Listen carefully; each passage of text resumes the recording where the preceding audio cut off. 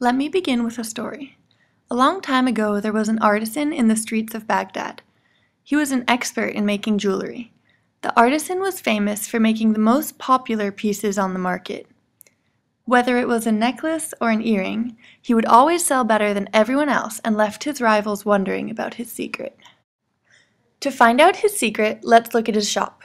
Here is how he does it. He has a collection of earrings, and say the one on the top left corner is currently selling well. The artisan's strategy is to make more copies of the pieces that sell best, and fewer of the pieces that sell less successfully. There are three principles that the artisan's strategy relies on. First, he has a lot of different designs, so he can find out the design that is liked best. If he had only one design, he could easily have gone broke, because if the design wasn't popular, he couldn't sell any.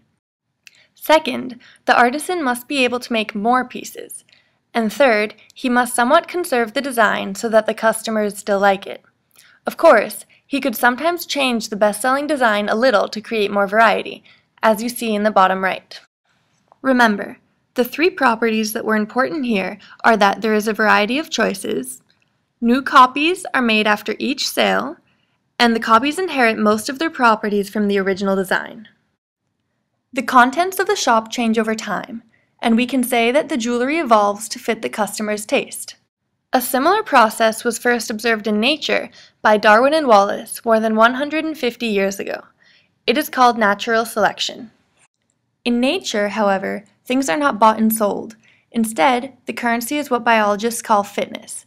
Not quite the fitness you see at the gym, but here a fit individual is someone that can have more surviving children.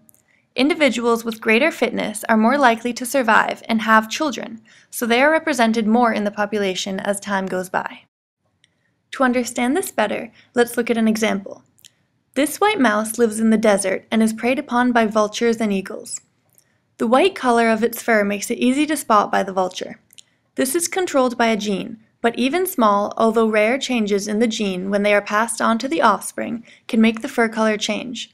In this environment, because the background is brown, a brown fur would protect the mouse from the eyes of the predator. In this case, we say that the brown fur gives a fitness advantage to the mouse. Let's look at what happens here. Starting from a white father, the brown baby mouse is much more likely to survive than his white siblings. The white mice are more often preyed upon by the eagle because they are conspicuous. After a few generations, there are many more surviving brown mice than white mice, because natural selection has caused the mouse population to adapt to the environment. Going back to the properties we learned before, the variation here is created by the changes in genes that create the two colors. The inheritance means white mice make mostly white offspring, and brown mice make mostly brown offspring.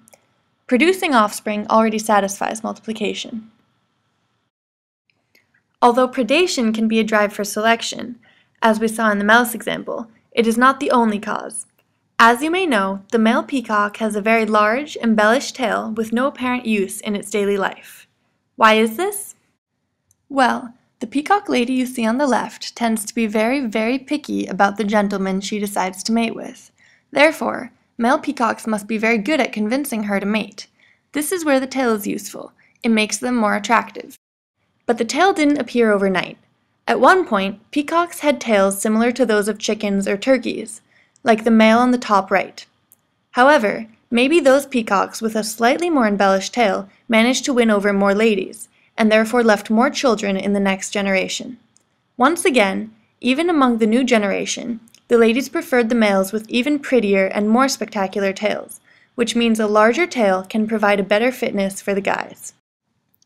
Through natural selection, over thousands or even millions of years, the male peacock's tail became more and more spectacular, just to attract the picky ladies. So in conclusion, natural selection is one of the most important forces in evolution. By this process, the fitter individuals are more likely to survive and reproduce. Hope you enjoyed the video, and see where you can find natural selection at work. It's everywhere!